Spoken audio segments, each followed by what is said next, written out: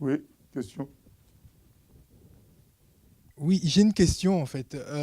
La question qu'on peut se poser, c'est y aurait-il pas une certaine résignation du peuple par rapport à sa condition et par rapport à tout ce qu'il vit à un moment donné n'a-t-il pas l'impression d'être à un moment donné considéré comme maudit?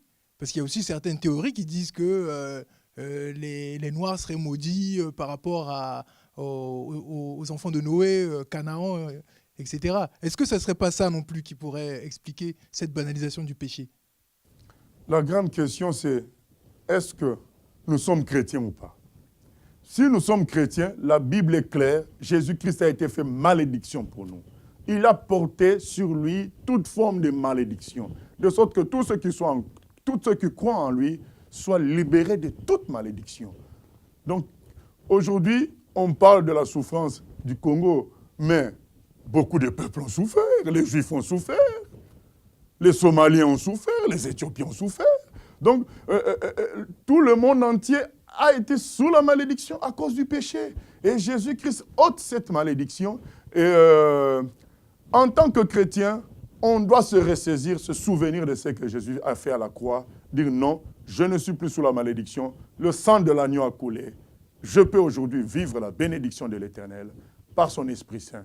Voilà ce qu'un chrétien doit se dire. Toutes ces théories-là, les Noirs ont été maudits, ainsi de suite, c'est des théories humaines. Ce que la Bible dit clairement, c'est que tous les humains ont été maudits à cause du péché. Et Jésus-Christ ôte cette malédiction. Tous ceux qui croient au Seigneur sont libérés de cela. Mais alors, dans ces cas-là, bon, si ce n'est pas une question de malédiction ou de résignation, est-ce que, dans ces cas-là, cette région-là, du Congo, des Grands Lacs, ne serait pas telle passée sous la domination du diable, en fait? Elle n'aurait pas été vendue au diable, par exemple? Par qui? Peut-être par des pactes qui seraient passés, des pactes ancestraux qui auraient été passés et qui font que cette population-là souffre tout le temps. C'est possible qu'il y ait eu des pactes qui aient été faits à travers la sorcellerie, à travers les dirigeants des pays ou autres. C'est possible. Mais qui est puissant entre le diable et les pactes et Dieu? C'est Dieu qui est puissant. Et vous savez comment on appelle le sang de Jésus? Le sang de la nouvelle alliance. Donc c'est le sang qui efface toutes les anciennes alliances. S'il y a eu des pactes, revenons à Dieu. Humilions-nous, comme c'est écrit dans 2 Chroniques 7,14. Dénonçons ces pactes, repentons-nous et laissons le sang de Jésus nous purifier afin que la bénédiction de Dieu revienne.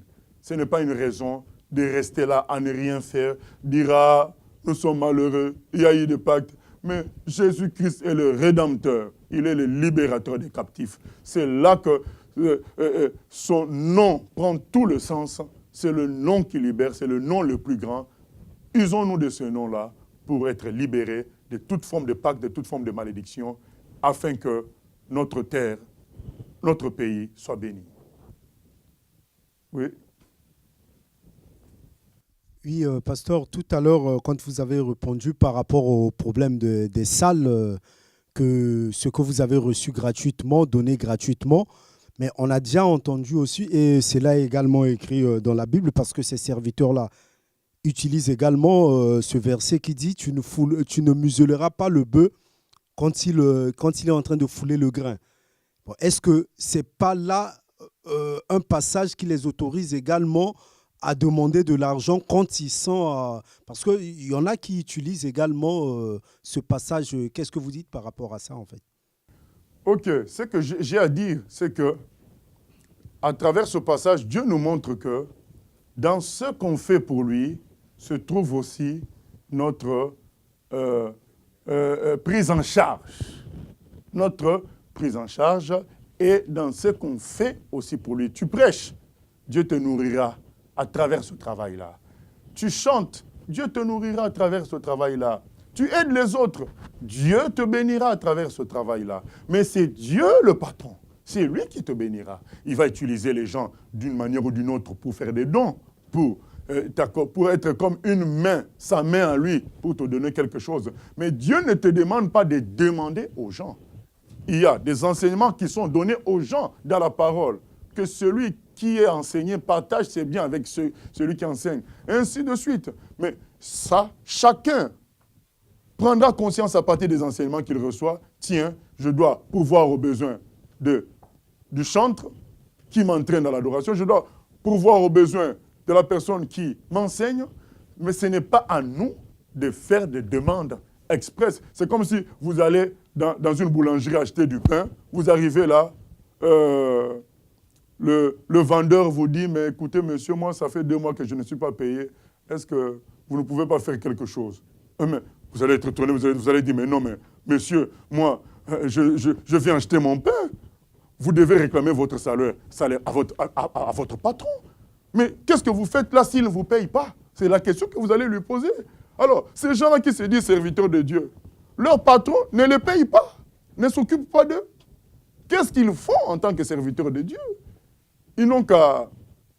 s'ils trouvent que leur Dieu, parce que j'ai l'impression qu'on n'a pas le même Dieu, donc s'ils trouvent que leur Dieu n'arrive pas à s'occuper d'eux et qu'ils sont obligés de mendier, qu'ils changent de Dieu, que ce soit le public qui devienne leur Dieu. Et c'est ce qui est devenu. Ce n'est pas normal. Donc, c'est vrai qu'on ne mesurera pas le bœuf qui foule le grain. Ça veut dire tout simplement que dans le travail d'un serviteur de Dieu, sa prise en charge est dedans, mais c'est Dieu qui s'en occupe en touchant les cœurs des gens, et les gens vont donner sans qu'on les force, sans qu'on mendie. Parce que ça fait le déshonneur de l'Éternel. Question, oui. Vous nous avez parlé tout à l'heure de la musique en disant que les musiciens chrétiens copiaient la musique du monde. Ma première question est la suivante. En quoi ces musiciens chrétiens-là copient-ils la musique du monde? Voilà, qu'est-ce qu'on remarque? On remarque qu'un musicien du monde, et on sait que ces musiciens du monde-là font des contrats avec Satan, et parfois ils le disent. Nous avons été tous dans le monde, nous avons chanté et dansé ces choses, nous avons entendu des cris lancés. Parfois, ils expliquent clairement qu'ils vont dans les cimetières, qu'ils tuent des gens dans la sorcellerie pour avoir du succès. Et qu'est-ce qu'on remarque? C'est qu'un album du monde va sortir et un album chrétien sort avec les mêmes solos, avec les mêmes cris, avec les mêmes façons de faire. Donc il y a une sorte de copie qui se fait et ce n'est pas bon. L'inspiration doit venir du ciel.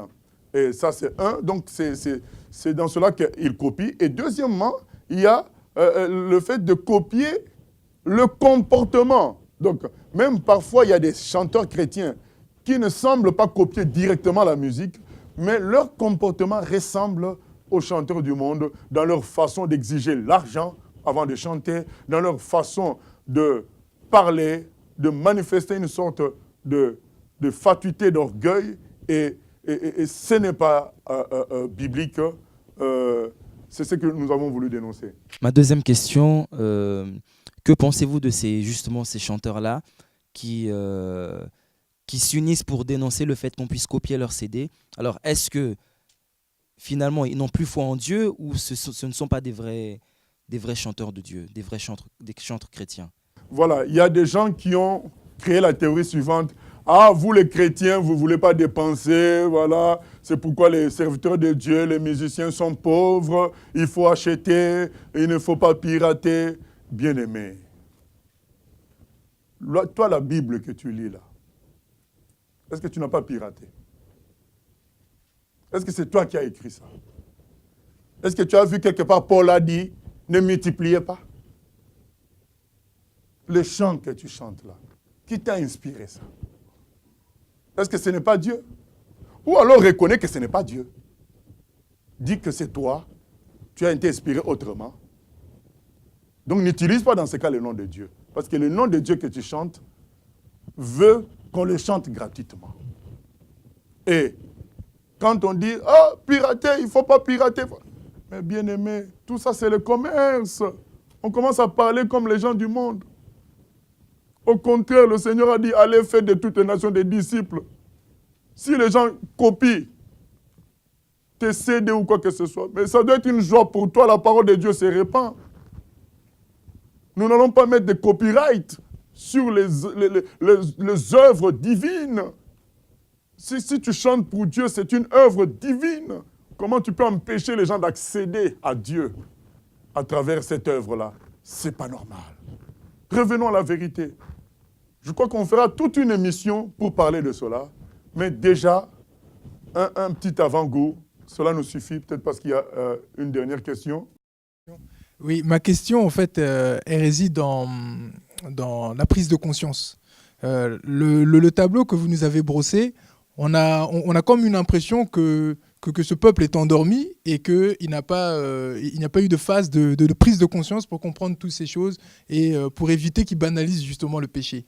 Parce qu'en Europe, on voit qu'il y a quand même eu des figures comme Luther avec la réforme qui ont permis aussi à ce que le peuple puisse se réveiller à un moment donné. Mais qu'est-ce qui manque au Congo pour qu'il puisse se réveiller? Est-ce qu'il faut une figure? Est-ce qu'il faut que Dieu envoie un homme particulier?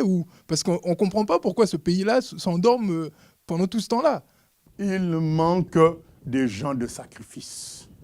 Les gens veulent gonfler leur ventre sur terre. Il n'y a personne qui veut souffrir pour l'autre. Il n'y a personne qui veut prendre le risque de dire, de vivre et de prêcher la vérité parce que ça entraîne la persécution. Dans 2 Timothée 3,12, il s'est écrit « Tous ceux qui veulent servir Jésus-Christ pieusement seront persécutés ». Et c'est un risque que beaucoup ne veulent pas prendre. Je ne crois pas que nous ayons besoin d'un homme spécial. Nous avons besoin des chrétiens qui se lèvent, qui disent comme les amis de Daniel, que nous ne voulons pas céder à l'ambiance générale. Nous voulons la vérité. Et nous allons la dire, la proclamer, la vivre surtout, afin d'être un exemple pour les autres. Ainsi, par contamination positive, le pays sera transformé et changé. Donc, nous cherchons des gens prêts à se sacrifier comme leur propre Seigneur, Jésus-Christ, pour le salut et le bien-être des autres. Que Dieu soit béni. Nous arrêtons notre émission sur ce sujet, sur cette question. Nous vous remercions pour votre écoute et nous vous donnons rendez-vous une prochaine fois pour la suite de l'émission. Nous allons, entre autres, parler de tout ce qui concerne la pratique de la magie, de la sorcellerie, qui est quelque chose aussi qui freine ce pays. Que Dieu nous bénisse. À bientôt. J'ai choisi Jésus pour guider ma vie. Mon bien-aimé Jésus, il est à moi, je suis à lui. J'ai choisi Jésus pour guider ma vie. Mon bien-aimé Jésus, il est à moi, je suis à lui. J'ai choisi Jésus pour guider ma vie. Mon bien-aimé Jésus, il est à moi, je suis à lui. Je choisis.